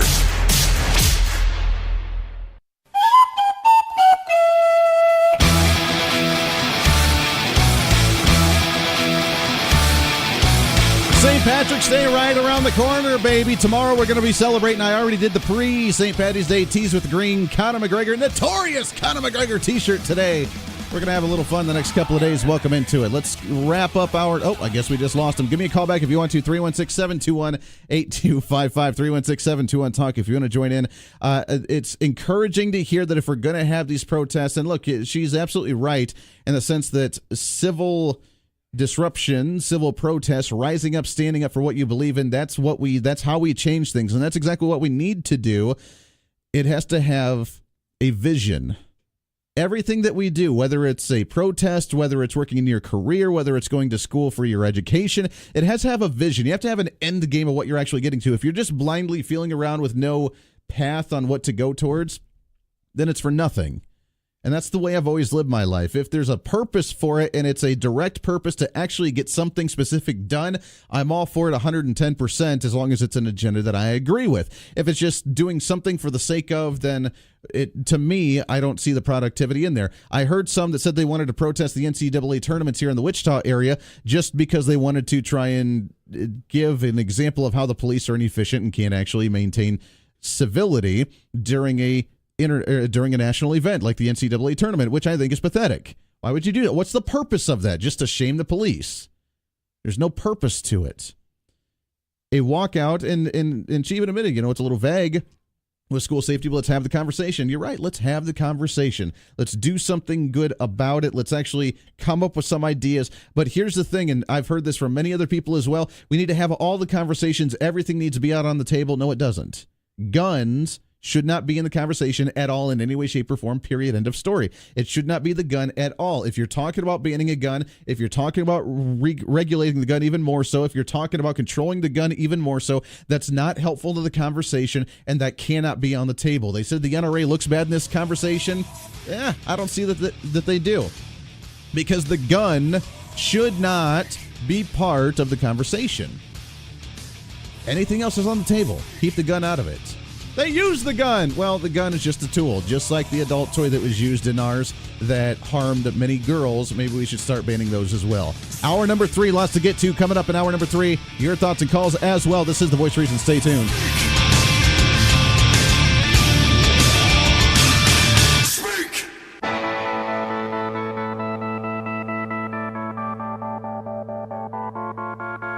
It's time for Reason. Why should we feel guilty for arresting you? Why should we be like, you know what? You're okay. You're a chemist. You're a teacher. You're contributing to society. Let's just let it slide. Why? We have laws for a reason, and it makes no sense to me why we would just say, you know what? We need to reform our immigration policy, and it's just too stringent. We're just going to say, rule of law, hey, here's a window. Let's go ahead and throw it out there. This is The Voice of Reason with Andy Hoosier. Then I'll get on my knees and pray. We don't get fooled again. Don't get fooled again. Oh yeah, it's a Thursday, baby. Making it happen today on the day before St. Patrick, or 2 days before St. Patrick's Day, the day before we celebrate St. Patrick's Day, right here on The Voice of Reason, broadcasting out of Wichita, Kansas. It's great to have you along today, right here on the Big Talker 1480 on the AM side, 102.5 on the FM side, KQAM, simulcasting on KGPT TV, channel 2610. Welcome aboard. Good morning to you. It's great to have you along today. 8 minutes past the hour, 316-721-8255, 316-721-TALK. The Facebook Live is up and rolling as well. You can like it, share it, leave a comment, ask a question, call me a jerk. I don't really care. I've been called worse. It's all right. You're not going to hurt my feelings. Welcome to politics, baby. That's the way we roll. You can also email me, Andy@KQAMradio.com. We love having you aboard. Let's go ahead and jump into it. As you know, yesterday we recapped the election in Pennsylvania, and the media has been panicky and freaking out. Totally freaking out, man. They just don't know what to do when it comes to the fact that Democrats won a district that's predominantly gone Republican and that Donald Trump won by 20 points. We need to remember that. And they say, We did it! We did it! We did it! Yay! and that's really what they're excited about. They're all giddy and excited, not the fact that the district's actually going to be splitting up potentially and that they could both be winning, not the fact that it was an extremely low voter turnout, but it's the blue wave that's spreading across the United States. In Texas, they called it the blue wave in Texas, even though the primary showed that even if they united as one candidate in each district, they would have won at zero, zilch, nada, other than what they already have. There was no blue wave. This one they barely squeaked by just by the activists without even a turnout that was even lower than in 2012 when the last time they actually had a Democrat candidate in the race for that one. So the blue wave seems to be stagnant, yet the media is still trying to hold it up. And somebody who's been very involved in electoral processes and being able to watch the trends and watch what's happening and predict what happened in 2016, along with guesstimating what's going to happen for the midterm elections coming up this fall. We love having on the program his brand new book, More Great News for America. After his last book, Great News for America, it's Dr. Gerard Lamiero back on the line with us. Gerard, how are you, my friend? I am doing fantastically well, and I love listening to you on Facebook. You're doing a great job. I appreciate that very much, being able to see the Facebook Live. We got that up a few months ago, and we seem to be getting really good response with it. So we love being able to get out there. It looks great. Oh, thank Sounds you. Good. We appreciate that. You've been a busy guy. I know that you're on radio stations all over the country all the time. You have written a book last time, Great News for America, where a lot of people almost laughed it off of the fact that Donald Trump was going to win this, that this conservative movement was going to rise up, that it was going to be kind of changing the face of conservatism a little bit, and you saw that coming.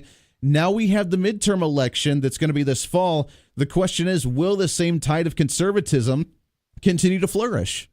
The quick answer is yes. And by the way, my previous book, my fourth book, Great News for America, made 10 predictions about the election and things associated with the election. 9 out of the 10 came true. And that's why sales have apparently gone up for this one, which I make 8 new predictions, and people are really interested in those 8 predictions, what I think is going to happen. Sure. And I absolutely think that we are in more than just a conservative wave. We are in a conservative era. I studied presidential elections in great detail all the way back to 1789, and I found a pattern, and that's what I talked about in Great News for America.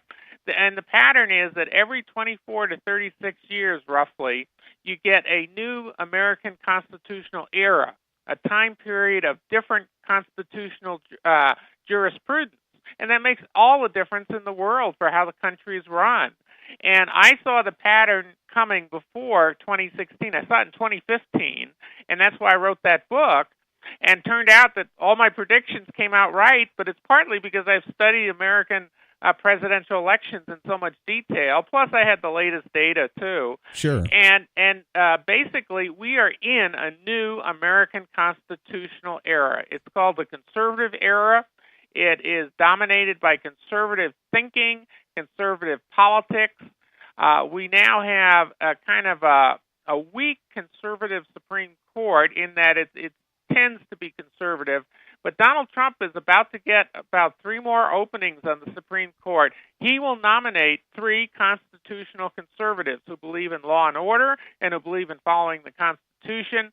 We are going to have a conservative supermajority on the Supreme Court, which is profoundly going to change our laws, and it's going to overrule that Ninth Circuit, or is it Circus Court of Appeals. No doubt. Yeah, that's a bold prediction to make, and it is exciting if that's the case, which is so wild to think about right now, that conservatism is going to prevail for a long while here, because right now, all I'm hearing about is the fact that there's a blue wave coming with the Democrats, that Bernie Sanders and the socialists are going to be the new face of the Democrats, and that we're going to go farther and farther and farther away from constitutionalism and conservatism, to the point to where the ones that are looking for their safe space and their safe zones in college, and they have to have their name tag with their different pronouns that they prefer to be called, that's going to be the voice and the face of America in the next few years. They need to read my book, because it is not. And you know what else? Mostly I write for the people who listen to talk radio, because that's my audience. But I'll tell you, this book, More Great News for America, give it to your high school kids, your seniors in high school that want to know what's going to happen in the future. Give it to your colleges, university students. They need to understand what's going on. This book really is written for just readers, just regular citizens, and they can read it, they can understand it. It's nothing hard, no math or statistics and things like that. But I'll tell you what, the country is going more and more conservative. The trends are there, and as I like to say with these trends, the trends are our friends. Exactly. Because these are good trends. And you know what? The blue wave, this is like the fake news. It's like you make up and say, oh, yeah, everything's going our way. It's not. It's really not. Well, I mean, we've seen, and I laugh at it, because the Democrats, the victories that they've claimed over the last year have been the governorship of Virginia, which was no surprise because that state went to Hillary Clinton, and it's been a swing state and been kind of a purple-blue leaning state anyway. So the fact that they won the governorship there, not a big surprise. The Senate seat that they won in Alabama against Roy Moore was not really a typical political election, because it wasn't about policy, but it was about, let's see if we can continue to call him a pedophile and call him names until people actually stop believing him and start supporting the Democrats. So I give that one as a fluke. They didn't win any additional seats in Texas in the primaries, because their voter turnout was still way dramatically less than any of the Republicans. I mean, they were claiming that Ted Cruz was going to lose his Senate seat in the primary because he's lost so much support, which was completely absurd, and he won like 88% of the vote in that one. Let me give you one other insight. Yeah. That most people are missing, and that is that Republicans who are not conservatives, they lose. The voters will not vote for a Republican establishment, Republican progressive, Republican rhino. Those people are the electorate are turned off on them. So just because a Republican loses doesn't mean a conservative loses. This fellow in the 18th Congressional District, which is southwest of Pittsburgh area there, he talked more conservative than the so-called conservative, the Republican. I mean, he went out there and said, well, I don't want any more gun control. Okay? +1 for Trump. This is the Democrat. This is the Democrat. And then he said, you know what? Trump's tariffs are pretty good. Check. Another one for Trump. Wow. And then... what else? Oh, pro-life. He said, yeah, well, he's pro-life. Bang, check one for Trump. It's like they're the way the Democrats, some of them are trying to get elected, is by sounding conservative. Now, if he goes to Congress and votes conservative, good for him. Okay? But if he goes there, but it turns out a bunch of lies, well, he'll never get reelected again. Well, it sounds a lot like the state politics here in Kansas, where you can't get elected as a Democrat but run as a moderate Republican and you'll win every time, which is fascinating, because the media portrays that 18th Congressional District as the conservative that lost to the moderate Democrat. And this is how they're portraying it, as the conservative who supported the Donald Trump policies and lost, and the moderate Democrat wanting to stop Donald Trump is the one that got elected. And that, from what you're saying, that's not the case at all. No, I don't think so. And, I evaluate candidates directly, to say how I feel they're doing.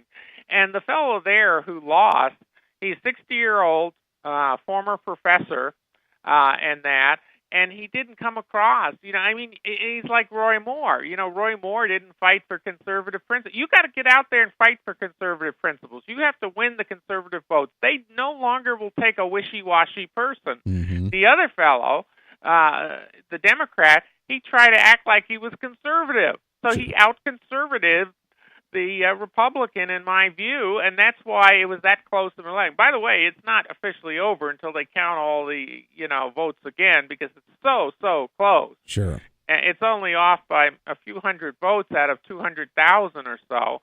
So it's not official, but he certainly has come close. He may actually win. And by the way, once again, their polls were wrong. And they're sort of wondering, why are our polls wrong? But that's a whole issue that I deal with, and I know why the polls are wrong. They were wrong in 2016. I told people that. And do you know, even on Election Day, I was on 28 shows that week, and on Election Day, after the exit polls came in, somebody in the media on air said to me, you have one last chance to say Hillary's going to win. Are you still saying Trump is going to win? Wow. I said, Hillary's going to lose. Donald Trump is our new president. And so I refused to change from my models, my forecast models that said Trump was going to win. And I was right in the polls, of course. Even the exit polls were wrong. Exactly. Oh, of course. Yeah, they were waiting to the last minute till they actually had to final call it for Trump because they despised that idea. I used the metaphor yesterday, the fact that the National Democratic Party, who's been struggling, they're kind of broken, they have no identity. Hillary Clinton and Bernie Sanders kind of tore that up. They're losing funds. The state parties are in shambles because Obama never invested in them. And I used the metaphor yesterday of it's kind of the gamble to where they put all their eggs in one basket, and they're trying to bluff right now by sinking all their resources into that election for the 18th district, hoping that it would be the stone thrown into the lake and seeing the ripple effect to create that blue wave, but they have nothing left. How significant was that race? And going into the midterms, are we going to see, as you mentioned, the polling show the Democrats have this blue wave, but as you're saying, we're not going to actually see that when it comes to the results in November? No. From what I can tell, the polls, and I try to study whatever ones are publicly available, their underlying models and that. And when I can see that they're basically making the same mistake as 2016, they are not picking up on some of the major trends that are happening, and therefore their results are essentially the results of an election that was held in 2008 or 2012, the Obama wins. And they are not using current, I think, demographics that represent the true electorate. So I think they're off. I think the presidential approval ratings are 5 to 8 points lower than they should be. Sure. I think those are off as well. No, let me tell you what I think. I saw an article yesterday that says that the Democrats are going to get 60 seats in the Senate. Let me tell you something. They've got it exactly wrong. The Republicans are going to get 57 to 60 seats in the Senate. It is going to be a much more conservative Senate. Trump is going to have a breeze getting things through the Senate in 2019 because of that. And in the House, the Republicans will lose a few seats. There's a lot of turnover. A lot of turnover is normal, though, in the House. A lot of people get out of there every 2 years. But I think the Republicans will retain control. And then, if you want to know what's happening for the rest of the next year or 2 or 3 in American politics, read my book, More Great News for America, because I go through my predictions for what's going to happen. Boy, I tell you what, I think I'm an optimistic kind of guy, but I tell you what, with your story saying that this is going to be good news, we're going to have a solidly conservative Supreme Court. We're going to have, just imagine we could have 60 Republicans and more predominantly conservatives in the Senate to actually get something done, because right now, everything the House does, which is some of it not too terribly bad, gets to the Senate, they don't even want to look at it. So if we're able to get a Senate that can actually get something done, we might be in a good shape here for a while. Absolutely. I also think you're going to see a new majority leader, a new Republican majority leader in the Senate in 2019. I do not think that the current leader is going to keep his job. Well, come on. He did 2 really successful things in 2017 with being able to repeal Obamacare and do a tax reform in the last year. 2 things. That's a really successful year. I can't imagine having a Senate majority leader that's not Mitch McConnell. Well, I think things are changing there. And by the way, I was thinking that the second tax cut, because I believe, in fact, I predicted as soon as the other tax cut was passed, I said there's another one coming soon. But I thought it would probably take till 2019, when there were more conservatives in the Senate, to have that happen. But it looks like Trump's going to push for another tax cut this year. Good for him. Boy, wouldn't that be nice. More Great News for America is Dr. Gerard Lamiero. GreatNewsForAmerica.com was the old website. Where can people go and get your book for this new one? Well, they can go to Amazon, and get any of my books, print or Kindle. This is my 5th book, More Great News for America. Or they can go to my website. GreatNewsForAmerica.com is my website. Because I believe in great news for America, and I also believe in more great news for America. Absolutely. That's what it's all about. Dr. Gerard Lamiero, it's an honor. We always love chatting with you, my friend. It's a great book. We need to, everybody needs to be able to go out and read that. We need the positive reinforcement right now because a lot of times hearing the media every day, day in and day out, we get a little discouraged, and this is positive news that we can get excited about and refuel our political tank. So, Dr. Gerard Lamiero, we love having you on the show, my friend. Thank you again. We'll get you back on again real soon. It's great to be on your show. You have a fantastic show, and now on Facebook, too. Absolutely. I appreciate that very much. That's Dr. Gerard Lamiero right there. Great News for America. More Great News for America is the latest book. You got to get it. We'll have some copies as well. 23 minutes past the hour. We got to wrap it up and get your thoughts and calls when we come back. This is The Voice of Reason. The Voice of Reason with Andy Hoosier on the Big Talker, KQAM.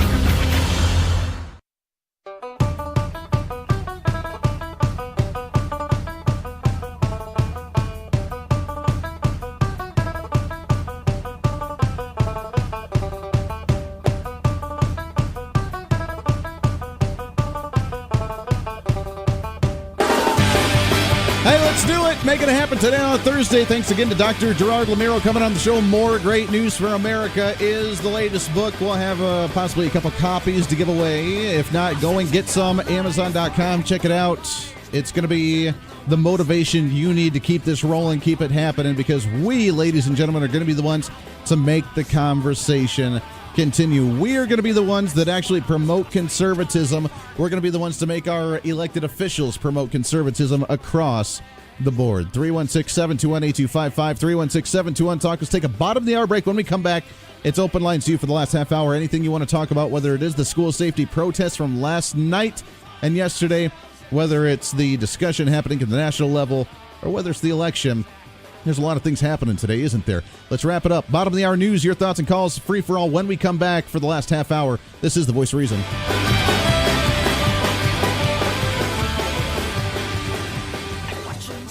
This is a Steckline communication station, K273CX, FM 102.5, and AM 1480 KQAM, Wichita proud.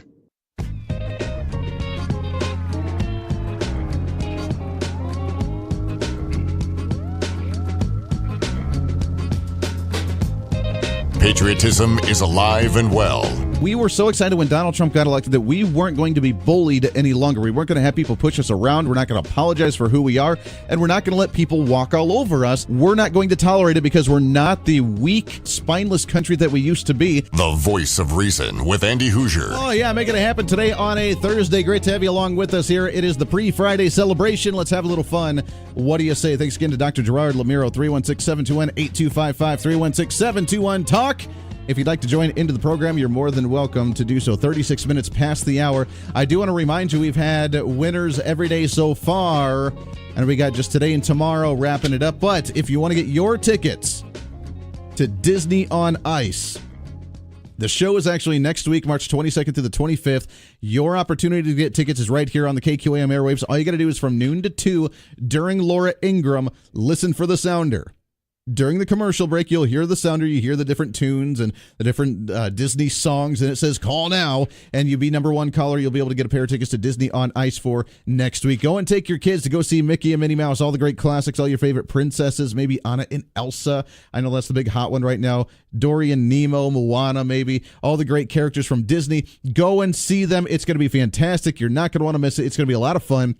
My 3-year-old daughter right now, she's all about Anna and Elsa. She has the figurines and the life-size dolls at home. She is so into, all of her clothes, her pajamas, all of it. It's all about Anna and Elsa. The fact that she's going to get to go see them soon, she doesn't even know it yet. She's not going to know how excited to be. So go and see. It's going to be Disney on Ice. Next week, you have a chance to see it. All you got to do is wait to hear the cue to call, the sounder, during Laura Ingraham from noon to 2, right here on KQM Airwaves. That's going to be today and tomorrow, the last two chances for you to win that. If you want more information on the show, go to interestbankarena.com, or you can get your tickets at selectaseat.com for Disney on Ice at Interest Bank Arena next week. 316-721-8255. Let's go ahead and open up the lines to a caller number 1. What's your name? Good morning, Andy. It's Ron. Ron, how are you, sir? I'm doing great, Andy. Good show. Oh, thank you. I appreciate it. All this conversation that's going on about the school shooting and gun control and everything is, everybody's looking at mother government to kiss it and make it well. Mm-hmm. Okay? And these conversations need to not happen up there at that high level. If people want their children safe, we need to be having these conversations down here at this level. Exactly. That's exactly what we need. We don't need, and look, this is how we've gotten to this point, is when something goes bad, we all of a sudden look towards the government and say, fix it! It's broken! We're mad! We're upset! We want change, and we need you to do something about it right now. And the government feels kind of like the doctor when you go to the doctor and you got the sniffles. I don't feel good. I need something right now. They feel guilty because you just spent the copay to go and get your doctor's prescription. So what do? They prescribe you some medicine, and then you're off to go. And instead of saying, you know what, go home, take some hot tea, eat some chicken noodle soup, and you'll be fine. And they don't. Nowadays, we have to prescribe that pill. We got to prescribe that medicine, when it's really unnecessary at times. With us demanding we want change right now, the adults have acted or have not done anything. It's been stagnant. We haven't gotten any change, and we don't want a single another school shooting. # enough. We're tired and sick of it. That's not helping the conversation, because we're not talking about it in the community and saying, hey, here in Wichita, here in Derby, here in Andover, here in wherever, let's figure out a way to make our schools safer, and let's make sure it doesn't happen here. We're sitting here and saying, hey, government, hey, President Donald Trump, you get an F for school safety because you haven't fixed me yet. And that's not the conversation we need. Yeah, the people need to be demanding that the local school boards have some town hall meetings where the people can come in and make their feelings known about how they want their children protected, and not worry about, what goes on at the federal level and the state level and everything else. Let's get a solution right now that we can affect right now at this level. Mm-hmm. No, it's very true, and I like that idea. Let's have some town hall meetings. Let's talk to the school boards and say, look, what can we do to make our community better? I love the idea of what Derby did with their school and with their students, where they said they wanted to do the kindness movement, and they wanted to do something nice for everybody. Instead of marching out, again, like I said, let's not, why don't we actually talk to all the kids and have a fun time to make sure no one's getting bullied, or that the dorky kid in the corner's not getting left out on something and feels neglected. Let's actually do something positive and have a positive mentality. Let's go home and talk to the parents and make sure the parents are on board and that they're happy and that they're not getting abused at home, or that they're not getting assaulted at home, or that they're not having problems. Then maybe we can start creating a generation that's not going to have mental problems and want to go out and harm individuals. Yeah, Andy, I really appreciate when you have all the people from the state legislator on your programs and other people, but keep us up to date with what's going on in Topeka. Well, that's what we're going to keep doing. I appreciate it, Ron, very much. 316-721-8255, and that's what we need. When we talk to our legislators, the questions right now, it's kind of shifted a little bit. It's funny, it's still on education, but it's kind of shifted itself a little bit to not necessarily the educational funding, but for us to say, hey, school boards, let's figure out what we can do. Does the state legislature need to do something when it comes to legislation? Maybe a little bit. The federal government, not so much. I'm actually in the middle of a debate on social media right now about the evil guns and how someone said, no, Andy, actually, it is the guns. Other nations have bullies. Other nations have bad parents. Other nations have bad video games, yada, yada, yada. It's the guns, and we need to get rid of the guns, and we need to start banning the weapons of war. It's a really scary term, isn't it? The weapons of war. Back in the day, a slingshot used to be a weapon of war. I wonder how many students would get banned for nowadays they would get banned for having a slingshot, but how many of them would actually start advocating for the banning of the manufacturing of slingshots, because that could potentially be a weapon of war. Let's go back to the phones here, shall we? Good morning. What's your name? Mine's Chris. I'm a nurse. Hey, good morning. How are you? You are bringing up some amazing points this morning. I work in the mental health system, and that is where everything is failing. I'm just seeing the facts that people are failing the people when they're kids. When these adults were children, Why didn't somebody say, hey, let's do a hunter safety? Let's make sure these kids know that guns do kill. Exactly. And the mental health children are the ones that are lacking because the system fails them all the way around. Mm-hmm. No, you hit a spot on it. I mean, you see this every day. So you're right. Or instead of saying, hey, you know what, instead of the object that they could potentially get their hands on to do harm, let's figure out why we see an increase in depression, or we see an increase in opioid addiction, or an increase in bullying, or something to where they feel like they need to lash out. And let's address that instead of saying, well, you can lash out, you're just not going to have the tool to do as much harm. And you're bringing up another amazing point. In the state of Kansas, as a nurse, I have done enough research. Why are they not using CBDs instead of pushing all these opioids? Well, that's a good question, too, and that's something to definitely bring up. When you see, and just, you seeing this side of it, what can, from your perspective, what can Kansas do to make that a priority and start focusing on it, to start fixing a lot of mental health issues? Anything. Right now, we have no help at all. There's no assistance for these people. There's no knowledge-based anything. Granted, a lot of them, there's no chance that they'll ever be that far, but they're also the ones that there's no chance they'll ever get a hold of a gun either. Sure. But the ones that are mentally capable, they need to be taught. These young people that are being lost in the system, I have a few people that have come in that have actually gone to high school in Wichita, but they also had parents that taught them guns do kill, not people. And that's where the lack is. It's the training and the education. We don't teach anymore that a gun is not a toy, but it's a very dangerous tool. And as long as you know how to handle it, you know how to dismantle it, you know how to arm it, you know how to clean it, you know how to store it and protect it, that it's a completely inanimate object and it's not going to cause any harm. We don't teach that. We're just teaching, well, the gun's really scary. So instead of learning about it, we're just going to run away from it and just shelter ourselves. I have an 11-year-old daughter. She has her own guns. She hunts with her dad. And she knows how to take care of them. She knows they're not toys. She knows she doesn't show them off. She doesn't have children that she shows guns to unless those kids have come to do a hunt with their dads or their moms, and they know that they're not toys. They know not to point them at people. They kill. It's not the people that kill. It's the guns. Amen to that. I appreciate the call very much. They're excellent points, and you're absolutely right. I mean, someone that actually sees it. Now, look, the media's perspective is the people that are doing the shootings are the crazy ones that are in maybe the mental institute that don't know right from wrong, that have a different version of reality that's not quite together coherently, that's babbling to themselves. I mean, the mentality is from the media is that those are the people that are getting the firearms, and that's not the case. That's not the case. They're not the ones that actually have the guns because they're the ones that are institutionalized that aren't anywhere near a gun. And that's why this discussion is completely irrelevant when it comes to let's ban the guns so the crazy people can't get them. It's absurd. Let's take another phone call, shall we, real quick here. Good morning. What's your name? Morning, sir. It's Drew. Drew, what's happening? Hey, just trying to get through the day. Making it happen. That's right. What you got for us? Well, I've listened to your show this morning, and frequently as I do on other mornings, and there's a thread that I've noticed that has come through that I think is helpful to look at. It's helpful to consider. When you look at people's approaches on lots of issues, guns and all sorts of things, the question that you might want to look at is somebody promoting communication and consideration? As a parent, are you just telling your kids what to do?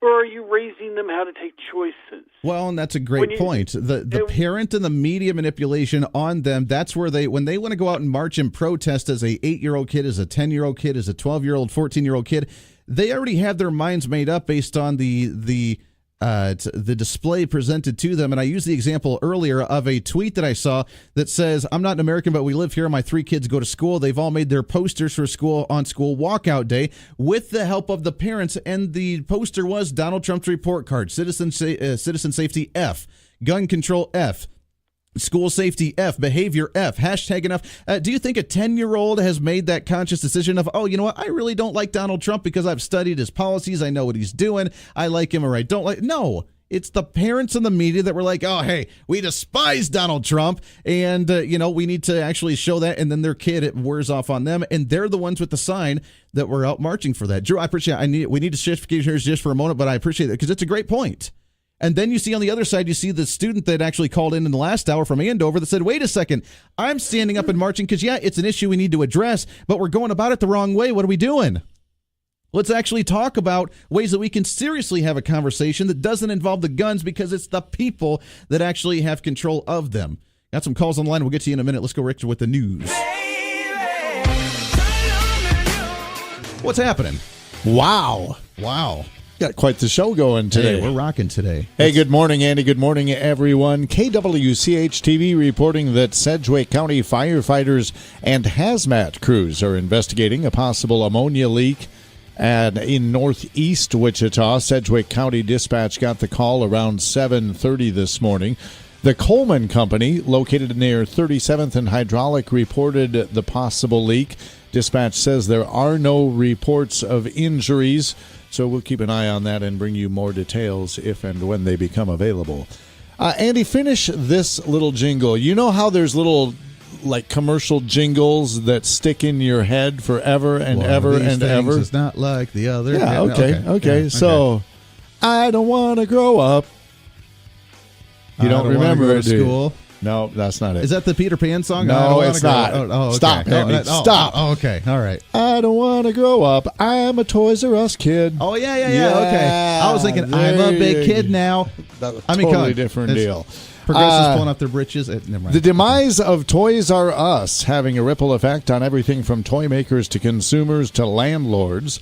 The 70-year-old retailer headed toward closing all of its U.S. operations, jeopardizing the jobs of some 30,000 employees while spelling the end of a chain known to generations of children and parents for its sprawling toys and Jeffrey the Giraffe mascot. The closing of the company's 740 U.S. retail stores over the coming months will finalize the downfall of the chain that succumbed to heavy debt and relentless trends that undercut its business, from online shopping to mobile games. And the final story is the NCAA tournament. And it gets underway today in Wichita. All three Kansas teams hope they've got what it takes to become national champions. Here in Wichita, University of Kansas fans are feeling good heading into round one of the tournament today. At yesterday's open practice, more than 13,000 people filled Intrust Bank Arena during KU's open game practice, according to officials. Now, how it's going to play out today in Wichita, session one. At 1 o'clock is Penn versus KU. After that game at North Carolina State versus Seton Hall. And then session 2 at 6:20, the San Diego State game versus Houston, followed by Montana versus Michigan. A KU prep rally scheduled at 9 o'clock this morning, followed by a watch party with food, drinks, games, and televisions, of course. The KU fan event will be held at Brick and Mortar, which is on the west side of Intrust Bank Arena. It's hosted by the KU Alumni Association, Kansas Athletics, and Williams Education Fund. That party open to the public, and organizers say they hope fans come out to cheer on the KU Jayhawks. Making it happen. It's going to be a fun weekend of basketball. I'm going to go out on a limb here. Which I don't normally do as a news guy that deals in fact as best I can find. But I'm going to go out on a limb here today. Okay. I am going to prognosticate that there may be copious amounts of alcohol consumed in Wichita today. Just today? Just today? So be safe out there. Be safe out there, everyone. Celebrate the NCAA tournament safely. And St. Patty's Day. Come on. I mean, that's going to probably... Okay, who do you think is going to drink more? Andy, basketball fans or St. Patty's Day fans? I'm talking about today. If you're already celebrating St. Patrick's Day, which you are in your green shirt, which all of our Facebook Live viewers can attest to, this is bigger for you than Christmas, isn't it? This is the biggest holiday of the entire year. Oh, my word. Making it happen. So are you coming in your regalia tomorrow? Be ready. This is just the tease. Oh, my word. This is just the tease. Be ready for tomorrow. If you've never seen it, viewers, it's time to do so. Make sure you're tuned in tomorrow to Facebook Live to see this spectacle. That's right. Rick with the news. And that's the news. Appreciate it. Got to take a break here real quick. Wrapping up the show. We got some callers on the line. We'll squeeze you in as soon as we come back. Don't go anywhere. This is the Voice of Reason.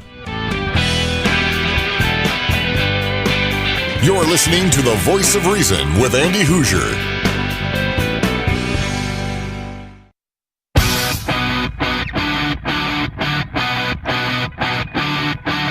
Making it happen today on a Thursday, wrapping up the show. We got a few minutes left. Let's squeeze in some phone calls here, shall we? Let's go to line number 4. Good morning. What's your name? Nathan Reinecker. Hey, good morning. How are you today? Good. Good. What's on your mind? So they're banning guns, but it's not the guns who are doing it, it's the people. And do you remember that thing that happened with the guy with the BB gun and the paintball gun in New York, where he wasn't using the gun, he was using the car? That's a great point. He didn't even have any real guns with him. He had the paintball gun and the pellet gun, and he ran down the middle of the street. The cops thought he had the gun, and it wasn't a gun at all, but he wanted to be killed. He had the motive, and all he had to do was scare people with the looks of a gun, and that's all he needed. He didn't need an actual real gun. Yeah, but the thing that he got in the car and ran over people, the car killed the people with him in it who was controlling it. So it's not the object, is the person. Exactly. That's a really great point. I appreciate that. And look, another young caller, they're understanding these issues. You're right. I mean, what are we going to do? We're going to start banning the assault rifle. Then we're going to go towards banning the handgun. Then we're going to move farther and start banning the pellet gun and the assault or the air rifle, because, well, they look scary and they could potentially do some harm. A terrorist had them, so therefore they're probably some form of threat. It's a really great point. Appreciate that very much. Let's squeeze in one more here. We got about a minute and a half. Good morning. What's your name? Hey, Andy, it's Pam. Pam, what's happening today? Well, I was listening to your last caller, and you know the first words out of your mouth weren't, let's ban cars. Mm-hmm. Cars are not a constitutional right. I hope everyone understands that, but I don't really think that they do. Probably not. Terrorists are using vehicles. Never once have I heard we're going to ban vehicles. Swimming pools kill kids. We're not banning them. Space heaters kill kids, but we're not banning them. Abortion kills babies, but it certainly isn't going to be banned. I use that same example of, like I said, the shooting that I was involved in. He had a handgun, which means I should probably fight to ban handguns, but he also had that backpack full of adult toys where he sexually assaulted 6 girls in the classroom before the shooting happened, and he ended up killing one of them. So maybe I should be the one that starts banning adult toys, because you know what? They could potentially be used for sexual assault. And the only conversation we should be having about that thing in Florida is how our idiotic government system absolutely, totally, 100% failed. Mm-hmm. Ripped down the no gun zone signs. The NRA has offered to arm all the schools. We don't have to arm the teachers. Yep. We've got all these qualified people lined up, volunteering. Yep. It won't even come out of the precious school budget. But remember, that sticker right there, that if they remove that, that would make them feel really, really vulnerable, because it creates that nice little Harry Potter orb around the school for that protection. Pam, I appreciate it. Wrapping up the show today. It's St. Patty's Day tomorrow. Let's celebrate.